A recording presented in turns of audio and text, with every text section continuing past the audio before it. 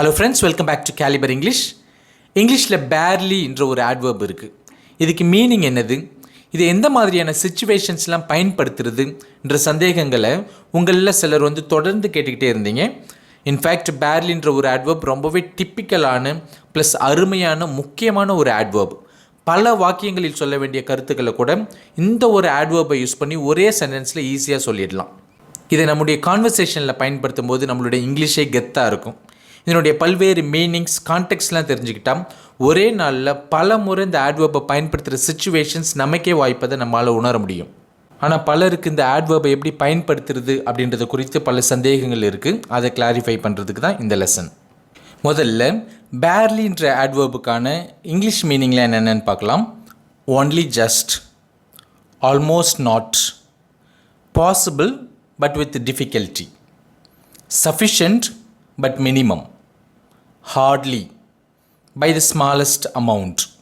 இதுக்கான தமிழ் மீனிங் பார்த்தீங்கன்னா போதும் போதாமல், ஓரளவுதான், பெரும்பாலும் முடியாத நிலையில்.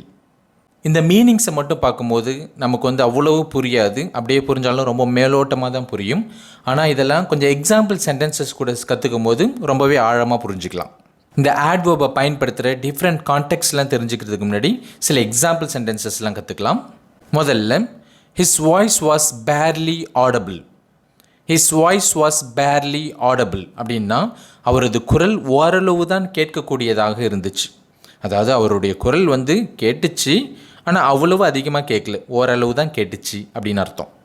இப்போ நமக்கே புரிஞ்சிருக்கும், பேர்லின்றது ஒரு நெகட்டிவான ஆட்வர்ப். அதே சமயத்தில் அது ஒரு கம்ப்ளீட்டாக நெகட்டிவான ஒரு ஆட்வர்ப் அப்படின்னு சொல்ல முடியாது. ஏன்னா குரல் கேட்கவே இல்லை அப்படின்னு சொல்லலை, கேட்டுச்சு ஆனால் ஓரளவு தான் கேட்டுச்சு அப்படின்னு சொல்ல வரும். ஸோ நெகட்டிவான ஒரு ஆட்வர்ப், அதே சமயத்தில் இது கம்ப்ளீட்டாக நெகட்டிவான மீனிங்கை கொடுக்கல. அடுத்த எக்ஸாம்பிள் பார்க்கலாம். The writing on the tomb stone was barely visible. கல்லறையின் மேல் எழுதப்பட்ட எழுத்துக்கள் ஓரளவுக்கு தான் தெரியக்கூடியதாக இருந்துச்சு. அதாவது பேர்லி விசிபிள் அப்படின்னு சொல்லும்போது விசிபிள் தெரியக்கூடியதாக தான் இருந்துச்சு, ஆனால் ஓரளவுக்கு தான் தெரியக்கூடியதாக இருந்துச்சு. கொஞ்சம் நம்ம பின்னாடி போயிருந்தாலும் தூரம் போயிருந்தாலும் அந்த வார்த்தைகள், அந்த எழுத்துக்கள் தெரியாமல் போயிருக்கும். The mountain was barely visible at night. மலை இரவில் அரிதாகவே கண்களுக்கு தெரிந்தது. ஸோ மலை தெரிஞ்சிச்சு, ஓகே, தெரிஞ்சது, ஆனால் நல்லா தெளிவாக தெரிஞ்சுதா? இல்லை, அரிதாகவே தெரிந்தது. Barely visible. He was barely able to see the road in the fog. பனிமூட்டத்தில் சாலையை அவனால் சரியாக பார்க்கவே முடியவில்லை. அதாவது பேர்லி ஏபிள் டு see அப்படின்னு சொல்லும்போது இந்த இடத்துல சுத்தமாக பார்க்க முடியல அப்படின்னு சொல்லலை, நம்ம பார்க்க முடிஞ்சுது, ஆனால் ஓரளவுக்கு தான் பார்க்க முடிஞ்சுது, அதான் சொல்ல வரோம். Barely 60% of the population voted in the last election. கடந்த தேர்தலில் வெறும் 60% மக்களே வாக்களித்தனர். இந்த இடத்துல பேர்லி 60% அப்படின்னு சொல்லும்போது வெறும் 60% மக்கள் தான், அதுக்கு மேலே கிடையாது அப்படின்னு அர்த்தம். He could barely read and right அப்படின்னு சொல்லும்போது நம்ம என்ன சொல்ல வரோம் அப்படின்னா, அவருக்கு ஓரளவுக்கு தான் எழுத படிக்க தெரியும். அதாவது ஏதோ பேருக்கு தான் அவருக்கு எழுத படிக்க தெரியும், அவருக்கு அவ்வளவு எழுத படிக்க தெரியாது அப்படின்னு அர்த்தம். She could barely remember her accident. அதாவது என்ன சொல்ல வரோம் அப்படின்னா, அவளுக்கு விபத்து மிக கொஞ்சம் தான் ஞாபகம் இருந்துச்சு. ஸோ கொஞ்சம் கூட ஞாபகமே இல்லை அப்படின்னு சொல்ல வரல, விபத்து ஞாபகம் இருந்துச்சு, ஆனால் ரொம்ப கொஞ்சம் தான், மிக அரிதாகவே ஞாபகம் இருந்துச்சு. அதை தான் நம்ம இன்னொரு விதமாக எப்படி சொல்லலாம், அவளுக்கு விபத்து ஓரளவு தான் ஞாபகம் இருந்தது, அவளுக்கு விபத்து ஏதோ கொஞ்சம் தான் ஞாபகம் இருந்துச்சு, அவளுக்கு விபத்து அவ்வளவு ஞாபகம் இல்லை, இப்படிலாம் சொல்லுவோம் இல்லையா. ஸோ அதை தான் நம்ம இங்கிலீஷில் she could barely remember her accident அப்படின்னு சொல்கிறோம். We barely had time to catch the train. ரயிலை பிடிக்க எங்களுக்கு குறைந்தபட்ச நேரமே இருந்தது. இங்கே மறைமுகமாக என்ன சொல்ல வரோம் அப்படின்னா, கொஞ்ச நேரம் வேஸ்ட் பண்ணியிருந்தாலும் ரயிலை பிடிச்சிருக்க முடியாது அப்படின்னு சொல்ல வரோம். அடுத்ததாக பாருங்கள், he barely passed the exam அப்படின்னா அவன் குறைந்தபட்ச மதிப்பெண் பெற்று தேர்ச்சி பெற்றுள்ளான். So barely passed the exam அப்படின்னா அவன் பாஸ் பண்ணல அப்படின்னு அர்த்தம் கிடையாது, பாஸ் பண்ணிட்டான், ஆனால் இருக்கிறதுலேயே குறைந்தபட்ச மதிப்பெண் பெற்று தேர்ச்சி பெற்றுள்ளான். அதாவது ஜஸ்ட் பாஸ் பண்ணியிருக்கிறான், அவ்வளோதான். Barely any one came to the meeting அப்படின்னா மீட்டிங்க்கு வெகு சிலரே வந்தார்கள் அப்படின்னு அர்த்தம். Barely any one came to the meeting அப்படின்னா மீட்டிங்க்கு யாருமே வரல அப்படின்னு அர்த்தம் கிடையாது, வந்தாங்க, ஆனால் வெகு சிலரே வந்தாங்க. இங்கே என்ன சொல்ல வரோம் அப்படின்னா, actually more people should have come to the meeting, but only a very few turned up for the meeting. அதான் சொல்ல வரோம். வந்தாங்க, ஆனால் ரொம்ப கம்மியான ஆட்கள் தான் வந்தாங்க. இவ்வளவு நேரம் சில எக்ஸாம்பிள் சென்டென்சஸ் மூலமாக இதனுடைய மீனிங்லாம் பார்த்தோம். இப்போ இதுக்கான டிஃப்ரெண்ட் கான்டெக்ட்ஸ்லாம் என்னென்ன அப்படின்னு பார்க்கலாம். பேர்லி அப்படின்ற ஆட்வர்ப் எடுத்துக்கும் போது ஒரு செயலின் கடுமையை அல்லது அருமைப்பாட்டை வலியுறுத்தும் முறையில் குறிப்பாக கேன், குட் ஆகிய சொற்களை அடுத்து பயன்படுத்தப்படுவது. இங்கே என்ன சொல்ல வரோம் அப்படின்னா, ஒரு செயலுடைய அந்த ஒரு செயல் எவ்வளவு கஷ்டமாக இருந்துச்சு அப்படின்றத வலியுறுத்தும் போது, ஒரு செயல் எவ்வளவு அரிதாக நடக்கும் அப்படின்றத வலியுறுத்தும் போது இந்த கேன், குட்ன்ற வார்த்தைகளுக்கு அடுத்ததான் பேர்லின்ற வார்த்தையை நம்ம பயன்படுத்தலாம். அதாங்க சொல்ல வராங்க. For example, I was so dizzy I could barely stand. அப்படின்னா என்ன அர்த்தம் அப்படின்னா, I was so dizzy that I was almost not able to stand அப்படின்னு அர்த்தம். எனக்கு தலை சுற்றியது, என்னால் சரியாக கூட நிற்க முடியவில்லை அப்படின்னு அர்த்தம். என்னால் சுத்தமாகவே நிற்க முடியல அப்படின்னு அர்த்தம் கிடையாது. அதாவது நின்றேன், ஆனால் மிகவும் கஷ்டப்பட்டு தான் நின்றேன். அதான் இதனுடைய மீனிங். அதே போல் இன்னொரு எக்ஸாம்பிள் பாருங்கள். ஐ was so tired I could barely stand up. அப்படின்னா என்ன அர்த்தம் அப்படின்னா, I was so tired that I was almost not able to stand up. நான் மிகவும் சோர்வாக இருந்ததால் என்னால் எழுந்து நிற்க முடியவில்லை. சுத்தமாகவே என்னால் எழுந்து நிற்க முடியல அப்படின்றத நம்ம மீன் பண்ணலங்க. என்ன சொல்ல வரோன்னா, எழுந்து நின்றேன், ஆனால் அரும்பாடுபட்டு தான் எழுந்து நிற்க முடிந்தது அப்படின்னு அர்த்தம். இதனுடைய அடுத்த கான்டெக்ஸ்ட் பார்க்கலாம். Used for emphasising how small and amount is only just. அதாவது ஒரு அமௌண்ட் எவ்வளோ ரொம்ப கம்மியாக இருக்குன்றதை எம்ஃபசைஸ் பண்ணுறதுக்காக நம்ம இந்த பேர்லின்ற ஆட்வர்பை பயன்படுத்துகிறோம். ஸோ இந்த மீனிங்கில் பார்த்தீங்கன்னா பேர்லின்றதுக்கு ஒன்லி ஜஸ்ட்ன்ற மீனிங் வரும். இப்போ எடுத்துக்காட்டுக்கு, he's barely 20 years old and already running his own company.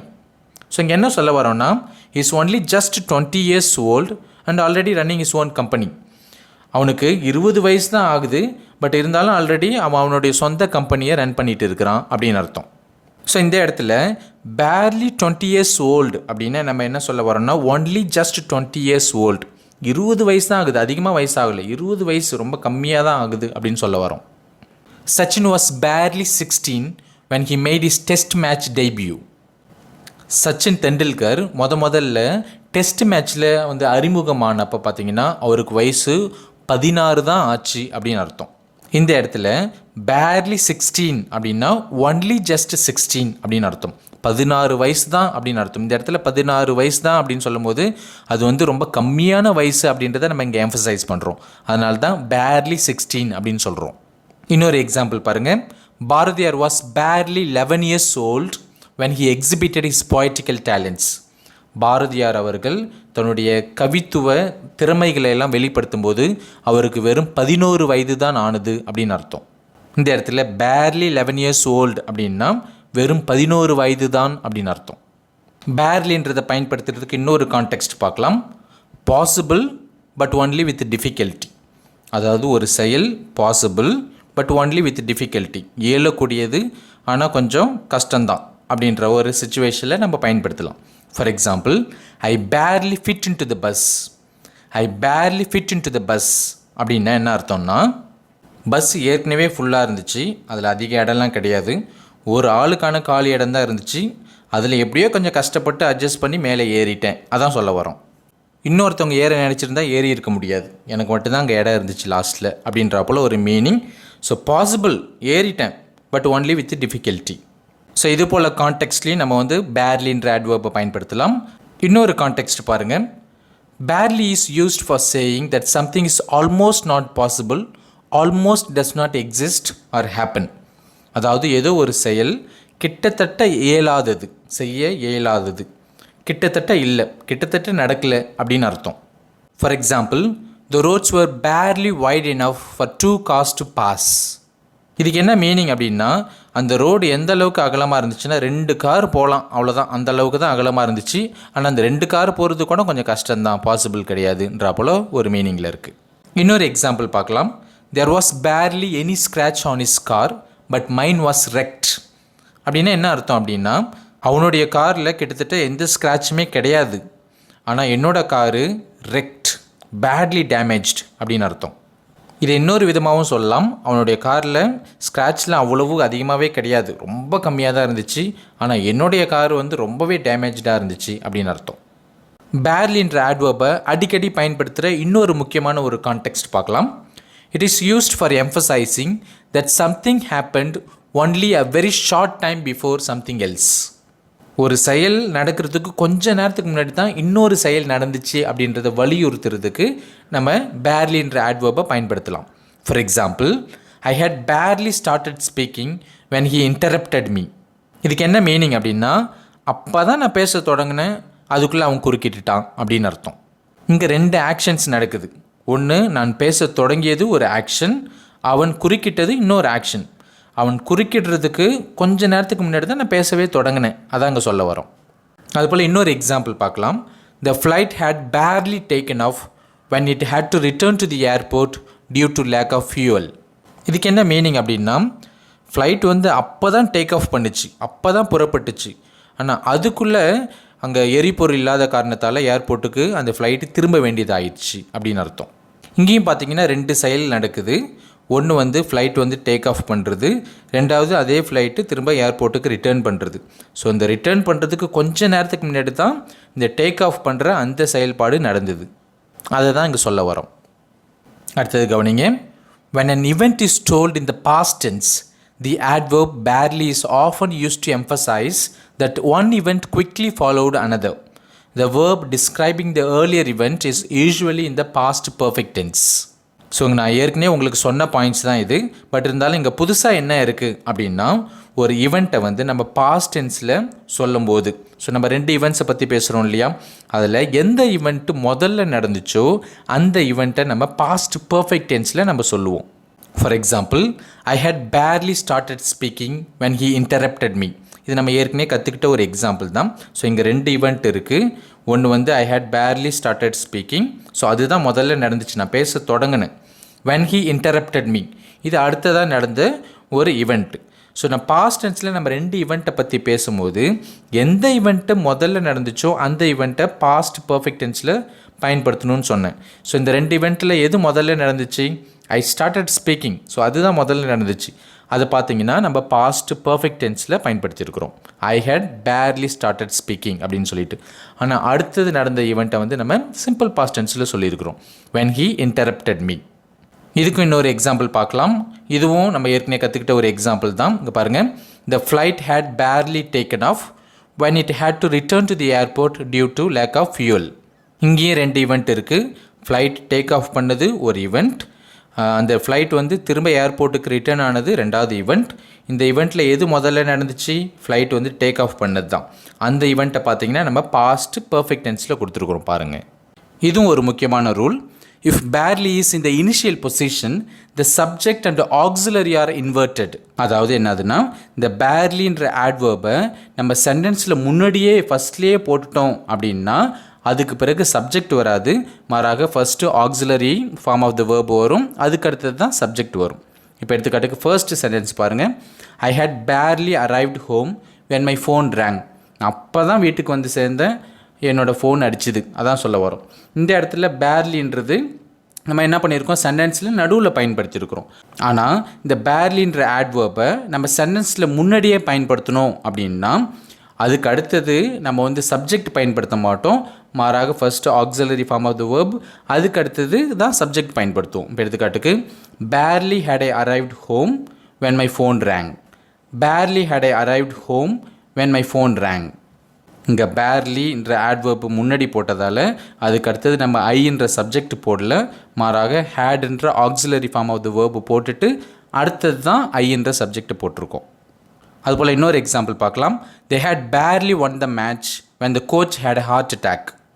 இங்கே ஃபர்ஸ்ட் சென்டென்ஸில் பார்த்தீங்கன்னா பேர்லின்ற ஆட்வர்பை நம்ம சென்டென்ஸ் நடுவில் பயன்படுத்தியிருக்கிறோம். ஸோ அதனால் subject, auxiliary form of the verb, barely, main verb, so அந்த சீக்வன்ஸில் வருது. ஆனால் 2வது சென்டென்ஸில் பாருங்கள், நம்ம பேர்லின்றதை முன்னாடியே பயன்படுத்தணும் அப்படின்னா, சென்டென்ஸில் முன்னாடியே ஃபஸ்ட்டே போட்டுட்டோம் அப்படின்னா அதுக்கடுத்தது சப்ஜெக்ட் வராது, மாறாக auxiliary form of the verb தான் வந்திருக்குது, அதுக்கடுத்தது சப்ஜெக்ட் வந்திருக்கு. இங்கே பாருங்கள், barely had the won the match when the coach had a heart attack. Barely had the won the match when the coach had a heart attack. So இதுதான் அந்த rule. பேர்லிக்கு இன்னொரு context பாருங்கள். சஃபிஷியன்ட் பட் மினிமம், போதும் போதாமல் அப்படின்ற ஒரு கான்டெக்ஸ்ட்டில் நம்ம barely பயன்படுத்தலாம். இப்போ எக்ஸாம்பிள் பார்த்தா நமக்கு நல்லாவே புரியும். His wages are barely enough to keep body and soul together. His wages are barely enough to keep body and soul together. இதுக்கு என்ன மீனிங் அப்படின்னா, அவனுடைய சம்பளம் அவன் உயிரோடு இருக்கிறதுக்கு போதுமானதாக இருந்துச்சு, அவ்வளோதான். அவன் உயிரோடு இருக்கிறதுக்கு போதுமானதாக இருந்துச்சு, பட் அதுக்கு மேலே அது போதாமல் இருந்தது, அதான் அர்த்தம். அதுக்கு மேலே அவனால் எந்த செலவும் எக்ஸ்ட்ரா பண்ண முடியாது, அப்படி தான் அர்த்தம். இன்னும் 2 எக்ஸாம்பிள்ஸ் பார்க்கலாம். There was barely enough room for the two of them. There was barely enough room for the two of them. அங்கே 2 பேருக்கு தான் இடம் இருந்துச்சு, அதுக்கு மேலே சுத்தமாக கொஞ்சம் கூட இடம் இல்லை அப்படின்னு அர்த்தம். அதாவது இடம் போதும் போதாமல் இருந்துச்சு. I earned barely enough money to pay my rent. I earned barely enough money to pay my rent. அப்படின்னா நான் வாங்குகிற சம்பளம் இந்த ரெண்ட்டு கொடுக்கறதுக்கு தான், வாடகை கொடுக்கறதுக்கு தான் போதுமானதாக இருந்துச்சு, சரியாக இருந்துச்சு, எக்ஸ்ட்ரா கொஞ்சம் கூட கிடையாது. ஸோ போதும் போதாமல் இருந்துச்சு என்னுடைய சம்பளம் அப்படின்னு அர்த்தம். Next, we use the adverb barely often before verbs or adjectives. பொதுவாகவே adverbs பார்த்திங்கன்னா நம்ம வேர்ப்ஸுக்கு அடுத்ததாக பயன்படுத்துவோம். ஆனால் பேர்லின்ற adverb நம்ம அடிக்கடி பார்த்தோன்னா வேர்புக்கு முன்னாடியும் adjectivesக்கு முன்னாடியும் தான் பயன்படுத்துவோம். For example, the music was barely audible. My salary is barely enough to make ends meet. We could barely hear the speaker. She barely acknowledged his presence. இந்த சென்டென்சஸ்லாம் பார்த்தீங்கன்னா முதல் 2 சென்டென்ஸில் ஆடபிள், இனஃப் அப்படின்ற 2 ஆட்ஜெக்டிவ்ஸ்க்கு முன்னாடியே நம்ம பேர்லின்ற ஒரு adverb பயன்படுத்தியிருக்கிறோம். 3வது சென்டென்ஸ்லையும் 4வது சென்டென்ஸ்லையும் பார்த்தீங்கன்னா ஹியர், அக்னாலேஜ்ட் அப்படின்ற 2 வேர்புக்கு முன்னாடி இந்த பேர்லின்ற adverb பயன்படுத்தியிருக்கிறோம். And finally, we can also use it before nouns starting with any, such as anybody, anything, any boy, etc. அதாவது பேர்லின்ற adverb நம்ம எனி அப்படின்னு தொடங்குகிற சில நவுன்ஸுக்கு முன்னாடியும் நம்ம பயன்படுத்தலாம். For example, there is barely any smell. There was barely anybody present for the meeting. Barely anybody came to visit me in the hospital. So இந்த 3 சென்டென்ஸ்லையும் பார்த்தீங்கன்னா any smell அப்படின்ற நவுனுக்கு முன்னாடி பேர்லி அப்படின்ற adverb வந்திருக்கு. அதே போல் எனிபடி அப்படின்ற நவுனுக்கு முன்னாடி பேர்லின்ற adverb வந்திருக்குது. That's it with today's lesson. Hope you understood. If so, give it a thumbs up and subscribe for more videos. Thank you.